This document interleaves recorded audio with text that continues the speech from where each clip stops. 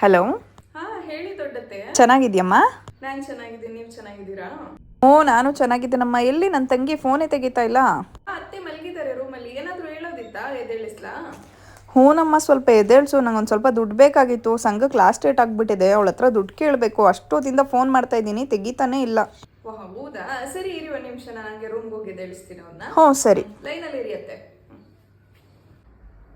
ಅತ್ತೆ ಅತ್ತೆ, ಯಾಕೆ ಹಿಂಗೆ ಬಡ್ಕೊಂತ ಇದೆಯಾ? ಮಲಗಿರೋದು ಕಾಣಿಸ್ತಾ ಇಲ್ವಾ?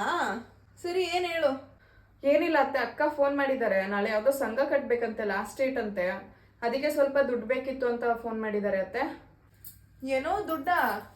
ನಾವೇನು ಇಲ್ಲಿ ಕೇಳ್ದವ್ರಿಗೆಲ್ಲ ದುಡ್ಡು ಕೊಡ್ಕೊಂಡು ಕುತ್ಕೊಳ್ಳೋಕೆ ಧರ್ಮಛತ್ರ ನಡೆಸ್ತಾ ಇದೀವಾ?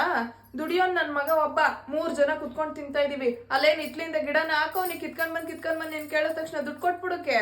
ಯಾಕೆ ನಿನಗೆ ಗೊತ್ತಿಲ್ವಾ ನಮ್ಮ ಮನೆ ಪರಿಸ್ಥಿತಿ? ಫೋನ್ ಇಟ್ಕೊಂಡು ನನ್ನ ತನಕ ಬಂದಿದ್ಯಲ್ಲ ದುಡ್ಡು ಬೇಕಂತೆ ಅಂತ ಕೇಳಕ್ಕೆ. ಹೋಗೋಗಿಲ್ಲ ಅಂತ ಹೇಳೋಗು. ಸರಿ ಬಿಡಿಯತ್ತೆ, ಆಯ್ತು, ಹಂಗೆ ಹೇಳ್ತೀನಿ.